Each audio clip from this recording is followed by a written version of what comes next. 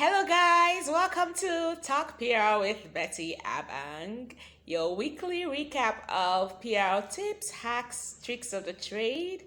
And today, this is the Valentine episode. Yes, surprisingly, I typically wouldn't do this, but well, let's just say I had an epiphany this morning, and here we are. So, right, today I'm going to be discussing effective public relations tips for Valentine's Day. Happy Valentine's Day, people! Valentine's Day should be a national holiday, don't you think? I mean, the pressure, the hustle and bustle, you can literally smell love in the air. All right, so let's get right down to it. Effective public relations tips for Valentine's Day. Like I said, I had an epiphany 5 a.m. this morning and actually wrote down like this long episode of this topic. So I'm just going to read out what I've written. No, they are my thoughts. So I'm just making life easy and reading it out like I thought about them earlier today. Yes. So I'm going to share tips for individuals and businesses separately. Okay, so effective public relations tips for Valentine's Day. Okay, this one's here for the lovers, which frankly everyone should be. Everybody should be a lover. You have the capacity to give and receive love. All right, so tip one for individuals. In addition to all the gifts of chocolates and all, don't forget to leave your spouse a heartfelt love note. Yes, it sounds really old school, but it's still very effective. I mean, you don't have to be a poet to do that. Just speak from the heart. Yes, it always works every time. Be present, right? Be present, meaning bring yourself. Don't just send off chocolates. It's too mechanic, it's too robotic. Put a little of yourself into the gesture, right? And that's what a love note will do to you. So send a voice note, send your significant other or lover a DM or whoever a video, remind them why you chose them, what you love about them. It's important because a lot of times, especially when you've been in a relationship for a long time, you tend to forget to just take these things for granted. So today's the day to reaffirm your commitment to them, make deposits in their confidence and emotional bank, basically. Now, this is for men and women alike. Hello, sisters. I mean, not just in a romantic setting, to anyone really. Tip two, don't get hung up on the fact that you don't have a significant other. Ask someone to be your Val, and I don't mean in a romantic way. Look around for that neighbor who's lacking something. Buy him or her lunch, a new dress, anything really. Buy your colleague lunch today. Titi, do not look at me. All right. Never mind. I'll leave my own message. But Titi, don't look at me. All right. Don't keep waiting to be shown love. But seriously though, be a love conduit yourself. And that's the thing. And what's that thing they say about sowing and reaping? Yeah. Give love. You get back love. I can assure you. So you don't have to wait till, I have to have a boyfriend, I have to have a husband. No. We all have the capacity to give and receive love. So be a love conduit today. That's tip two. Tip three, give the gift of salvation. Yes, I'm sure you did not see that one coming. Why? Yes, of course, I had to add that. Why? Because frankly, human love fails sometimes. Only God's love is constant and complete. You can quote me on that one. Talk to someone about the satisfaction of being irrevocably and everlastingly loved by his or her creator.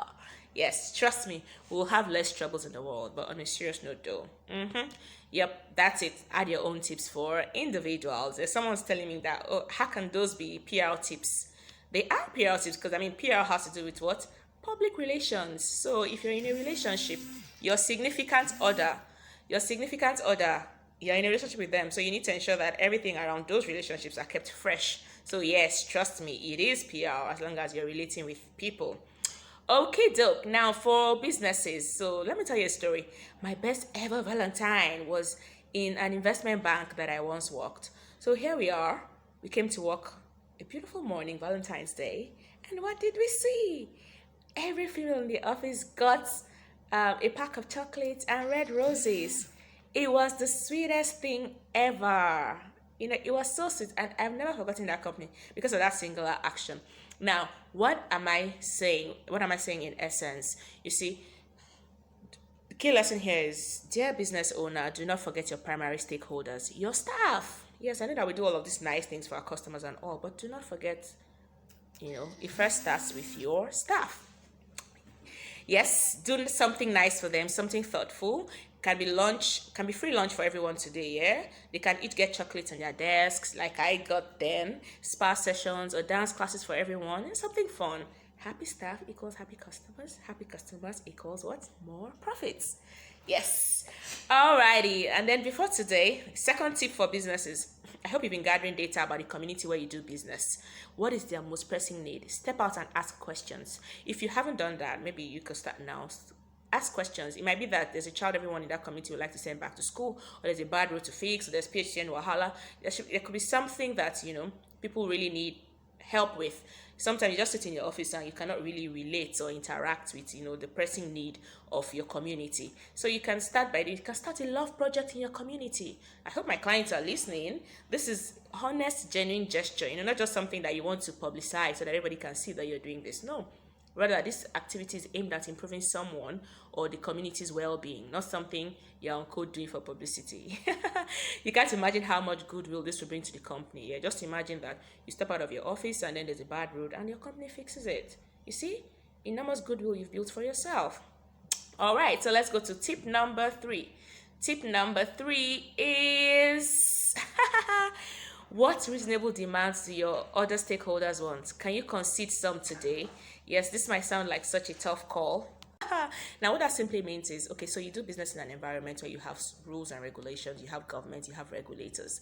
Yes, what policy or what challenge have they expressed that you can solve today? Yes, what advantage can you bring or what value can you bring to make life a little bit easier for government or for regulators? Or can you even concede? I mean, if it's something that will not potentially harm your business or your company, can we find a common ground? Now, how you choose to do that? So could you want to have a round table, have a courtesy visit, and just talk about those issues and give a little so that we can all have less conflict and a world that we're all happy and peaceful? Yeah, in the spirit of love. Okay. Yes, that's the third tip. Can you concede on a demand from one of your other primary stakeholders? Yeah, apart from your customers and your staff. Then, of course, tip 4 for businesses, your customers, right? Love notes never go out of fashion. And please do not charge them for the messages. Hello, dear banks, your sub, catch it. I don't think telcos do that. All right.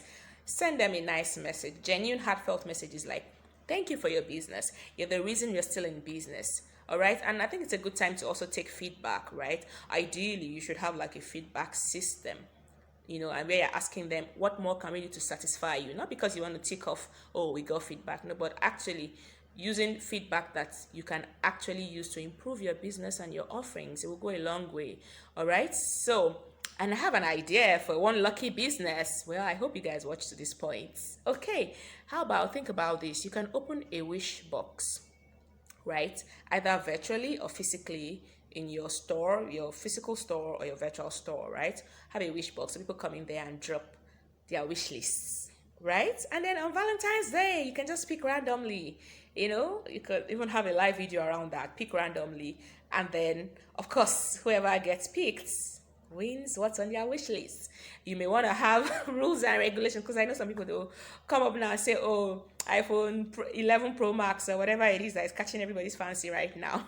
So you probably want to add a caveat like, okay, put a cap on whatever the wish list should be, Yeah, and then you can even get a customer to be the one to do the lucky dip, virtually or physically, yeah. Okay, you have to hit me up privately to discuss more about that idea, but that could totally work, and then you announce the winner on Val's Day, okay, or any other time. But I think it's a good it's a good activity to actually drive engagement and share love on Valentine's Day. Yes. So that's just it. That's it for this episode, Valentine's Day episode of Talk PR with Betty Abang. Yes, remember to leave a comment, your PR related questions. Also, I'm happy to answer them. And like I always say, for the period of this show, consultation is free. You don't get to pay my $120 consultation fee. So, all right, go ahead and ask all of your PR related questions and I'll be glad to answer them. And where I do not have answers, I will bring on experts on the show and they will answer them. All right. So until I come your way every Thursday. Okay, this show actually runs on Thursdays. This is just a Valentine episode. Yes. Right. So I hope you guys have fun. All right, guys. Happy World Official Love Day. Have fun. Make babies. Scratch that. Only make babies if you can afford them and only if you're legal. Jesus don't like fornicating. Yes, I said it. Happy Love Day. Kisses, kisses, kisses.